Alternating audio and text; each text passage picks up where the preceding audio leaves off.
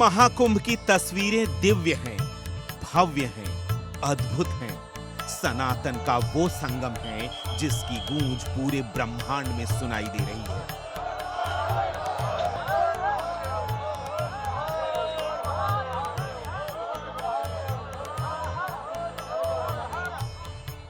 तेरह जनवरी से शुरू हुए इस महापर्व में हिस्सा लेने के लिए देश भर से नागा साधु और संतों के साथ साथ करोड़ों श्रद्धालु भी धर्मनगरी प्रयागराज पहुंचे। संगम में आस्था की डुबकी लगाई, मां गंगा का आशीर्वाद लिया, पुण्य फलों की प्राप्ति की।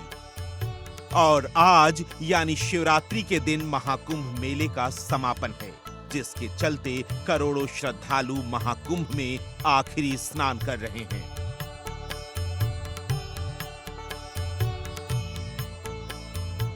जिसके लिए योगी सरकार की ओर से जमकर तैयारियां की गई हैं। महाशिवरात्रि पर महाकुंभ में आने वाले भक्तों की संख्या करोड़ों में है। इसे ध्यान में रखते हुए प्रशासन सक्रिय नजर आ रहा है। महाकुंभ में महाशिवरात्रि को लेकर महाप्लान तैयार किया गया है।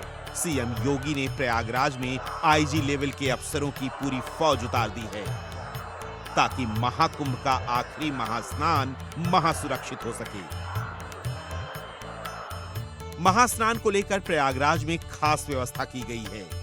प्रयागराज में एडीजी लॉ एंड ऑर्डर खुद मौजूद हैं। ट्रैफिक व्यवस्था में 6 आईपीएस अधिकारियों को लगाया गया है।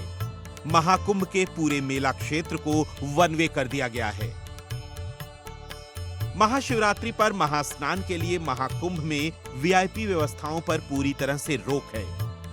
नो व्हीकल जोन का सख्ती से पालन किया जा रहा है, ताकि यातायात बाधित ना हो और स्नानार्थियों को कोई परेशानी ना हो। कल शाम से ही जोनल स्कीम को पूरी तरह से लागू किया गया है, जिसमें श्रद्धालु जिस रास्ते से आ रहे हैं उसी हिसाब से निर्धारित घाटों पर स्नान कर रहे हैं। लखनऊ प्रतापगढ़ की ओर से आने वाले श्रद्धालु फाफामऊ घाट पर स्नान कर रहे हैं। रीवा, बांदा, चित्रकूट, मिर्जापुर की ओर से आने वाले श्रद्धालु अरैल घाट पर स्नान कर रहे हैं। महाकुंभ का आज आखिरी दिन है, इसीलिए ज्यादा से ज्यादा श्रद्धालु आस्था की डुबकी लगाना चाहते हैं, संगम में स्नान कर लेना चाहते हैं, इस महापुण्य का फल पा लेना चाहते हैं। महाशिवरात्रि पर महाकुंभ में 3 करोड़ से ज्यादा श्रद्धालुओं के आने का अनुमान है। यातायात को सुचारू बनाए रखने के लिए पैंट्रोन पुलों को भीड़ के अनुसार खोला और बंद किया जा रहा है। संगम समेत दूसरे घाटों और प्रवेश मार्गों पर अतिरिक्त सुरक्षा कर्मियों की तैनाती की गई है। राजमार्गों पर अवैध पार्किंग प्रतिबंधित है। वाहन खराब होने की स्थिति में उन्हें तुरंत हटाने की व्यवस्था है। ICCC से यातायात की निरंतर मॉनिटरिंग हो रही है। 40 बाइक सवार पुलिस दस्ते लगातार गश्त कर रहे हैं। श्रद्धालुओं के वाहन निर्धारित पार्किंग स्थलों पर ही पार्क हो रहे हैं। महाकुंभ में आखिरी स्नान को लेकर मुख्यमंत्री योगी आदित्यनाथ ने सोशल मीडिया पर पोस्ट करके बधाई दी है। सीएम योगी ने लिखा, संगम में आस्था की डुबकी लगाएं, साधु संतों श्रद्धालुओं का अभिनंदन। साथ ही उन्होंने महाशिवरात्रि पर भी श्रद्धालुओं को बधाई देते हुए लिखा कि महादेव और माता पार्वती की कृपा से सभी का कल्याण हो।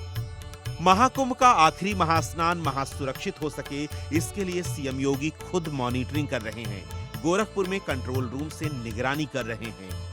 आखिरी दिन भी अधिकारियों को निर्देश दे रहे हैं। महाकुंभ के अंतिम स्नान में भाग लेने वाले श्रद्धालुओं पर पुष्पों की वर्षा भी की गई।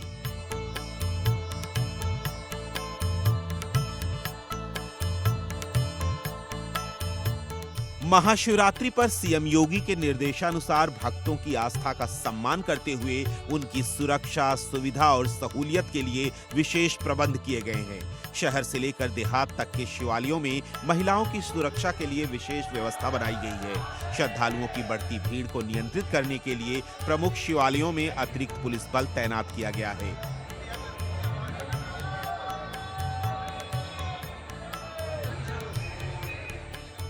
गर्भगृह जल्दी खाली कराने पर विशेष जोर दिया जा रहा है, ताकि प्रबंधन सुचारू हो सके। महाशिवरात्रि पर वाराणसी में भी श्रद्धालुओं का सैलाब उमड़ पड़ा है।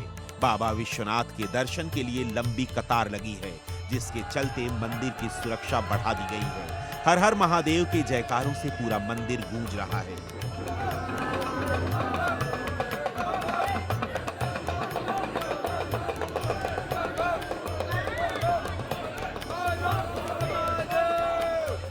महाकुंभ में अमृत स्नान के बाद वाराणसी पहुंचे नागा साधुओं ने भी बाबा विश्वनाथ का जलाभिषेक किया।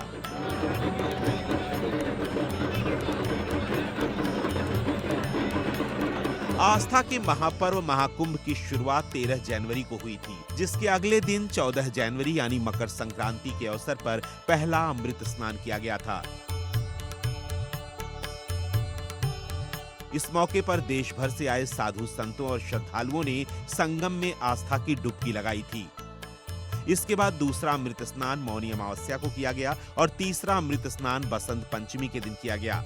तीसरे अमृत स्नान के बाद महाकुंभ मेले में आए सभी साधु संतों ने अपने अपने अखाड़ों की वापसी कर ली थी, लेकिन महाकुंभ मेला चल रहा था, जिसका समापन आज है। महाकुंभ के महाउत्सव के समापन की घड़ी आ गई है।